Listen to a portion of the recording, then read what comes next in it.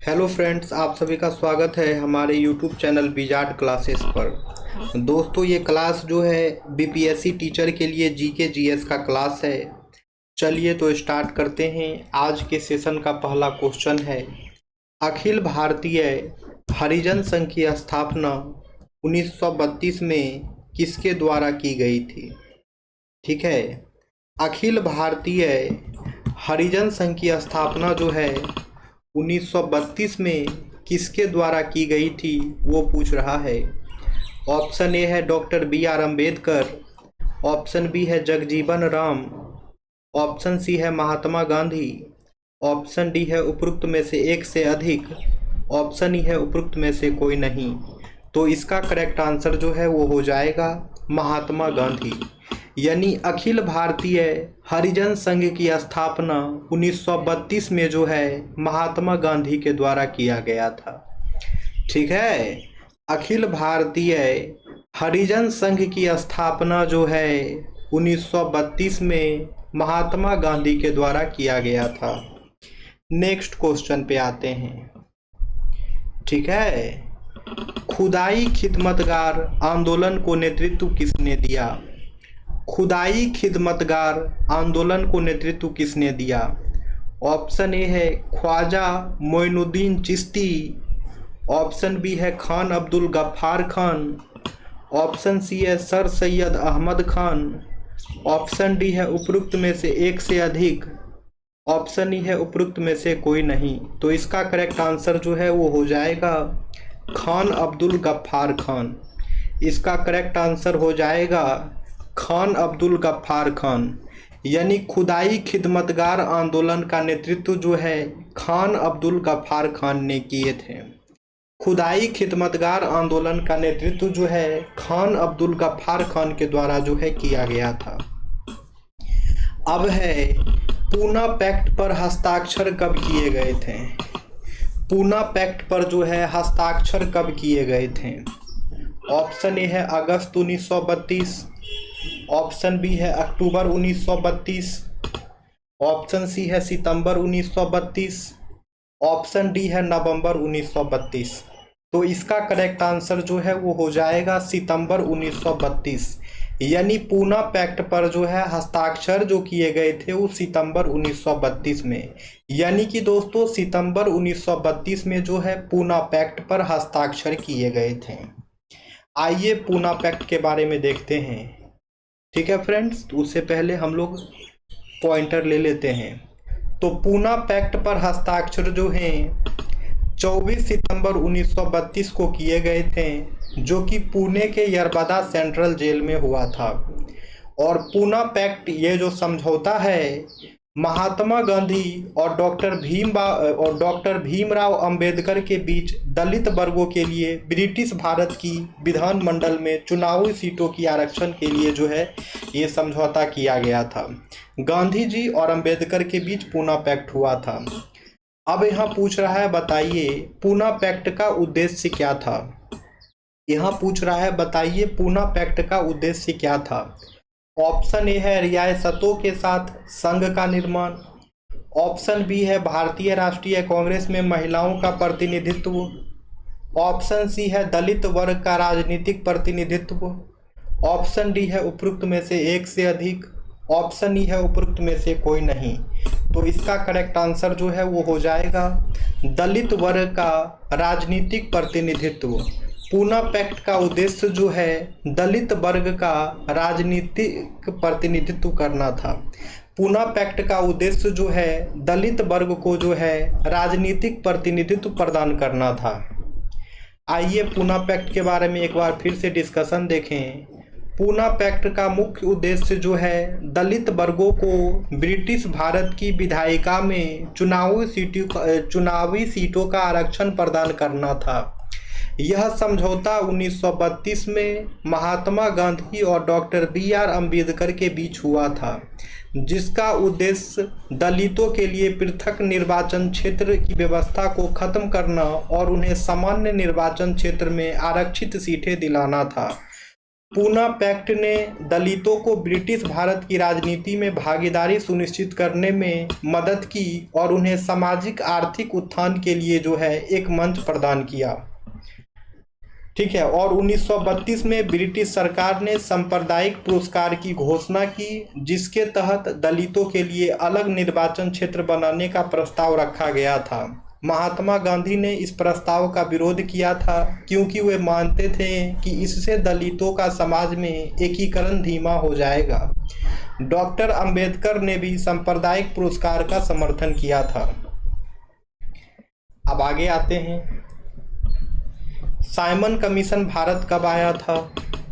Simon commission जो है वो भारत कब आया था, ये पूछ रहा है। ऑप्शन ए है 1931 में, ऑप्शन बी है 1928 में, ऑप्शन सी है 1927 में, ऑप्शन डी है 1930 में। तो साइमन कमीशन जो भारत आया था दोस्तों वो 1928 में आया था। साइमन कमीशन जो है दोस्तों वो भारत जो आया था 1928 ईस्वी में आया था। आइए देखिए डिस्कशन। साइमन कमीशन 3 फरवरी 1928 को भारत आया था। यह आयोग भारत में संवैधानिक सुधारों का अध्ययन करने के लिए ब्रिटिश सरकार द्वारा नियुक्त किया गया था। अब है 5 मार्च 1931 को कौन सी महत्वपूर्ण घटना घटी? 5 मार्च 1931 को जो है कौन सी महत्वपूर्ण घटना घटी? ऑप्शन ए है गांधी इरविन समझौता, ऑप्शन बी है गांधी का गोलमेज सम्मेलन में भाग लेना, ऑप्शन सी है कराची कांग्रेस, ऑप्शन डी है उपरोक्त में से एक से अधिक, ऑप्शन ई है उपरोक्त में से कोई नहीं। तो इसका करेक्ट आंसर जो है वो हो जाएगा गांधी इरविन समझौता। यानी 5 मार्च 1931 जो है गांधी इरविन समझौता के लिए जो है महत्वपूर्ण है। 5 मार्च 1931 जो है गांधी इरविन समझौता के लिए जो है महत्वपूर्ण दिन माना जाता है। आइए तो इसका डिस्कशन देखें। 5 मार्च 1931 को महात्मा गांधी और भारत के वायसराय लॉर्ड इरविन के बीच एक महत्वपूर्ण समझौता हुआ, जिसे गांधी इरविन समझौता कहा जाता है। इस समझौते के तहत सविनय अवज्ञा आंदोलन को स्थगित कर दिया गया और भारतीय राष्ट्रीय कांग्रेस ने दूसरे गोलमेज सम्मेलन में भाग लेने के लिए सहमति व्यक्त की। गांधी जी ने ब्रिटिश सरकार के खिलाफ चल रहे सविनय अवज्ञा आंदोलन को जो है समाप्त करने की घोषणा की थी। अब है भारत छोड़ो प्रस्ताव जो है कब पारित किया गया था? भारत छोड़ो प्रस्ताव जो है कब पारित किया गया था? ऑप्शन ए है 14 जुलाई 1942, ऑप्शन बी है 8 अगस्त 1942, ऑप्शन सी है 7 दिसंबर 1942, ऑप्शन डी है उपरोक्त में से कोई नहीं। तो इसका करेक्ट आंसर जो है वो हो जाएगा 8 अगस्त 1942। यानी 8 अगस्त 1942 को जो है भारत छोड़ो प्रस्ताव पारित किया गया था। 8 अगस्त 1942 को जो है भारत छोड़ो प्रस्ताव पारित किया गया था। डिस्कशन देखिए इसका।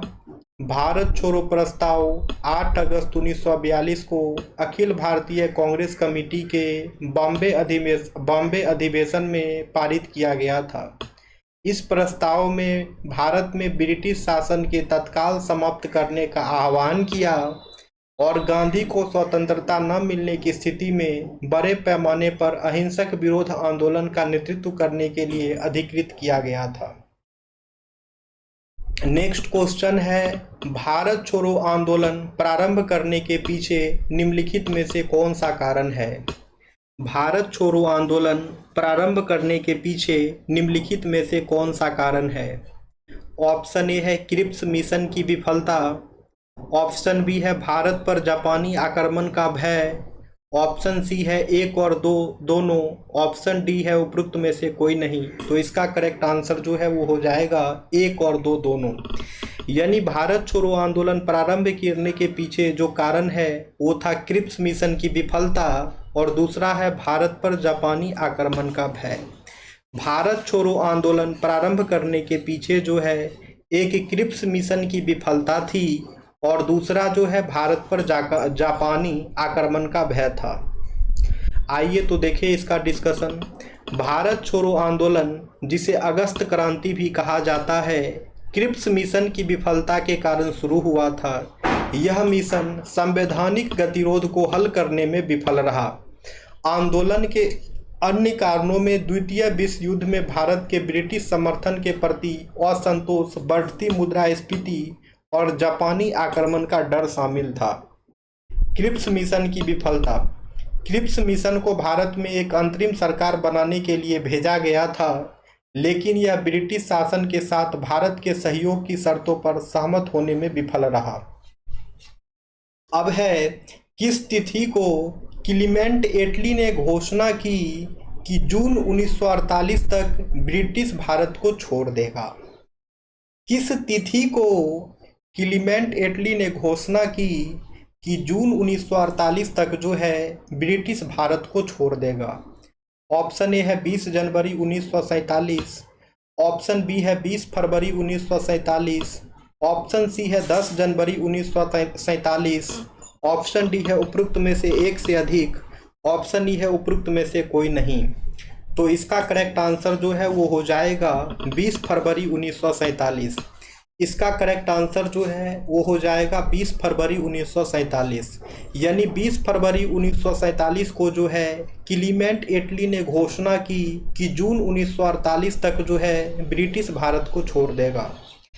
20 फरवरी 1947 को जो है क्लीमेंट एटली ने घोषणा की कि जून 1948 तक जो है ब्रिटिश भारत को छोड़ देगा। आगे आते हैं दोस्तों, आज़ाद दस्ता की स्थापना किसने की? आज़ाद दस्ता की स्थापना किसने की?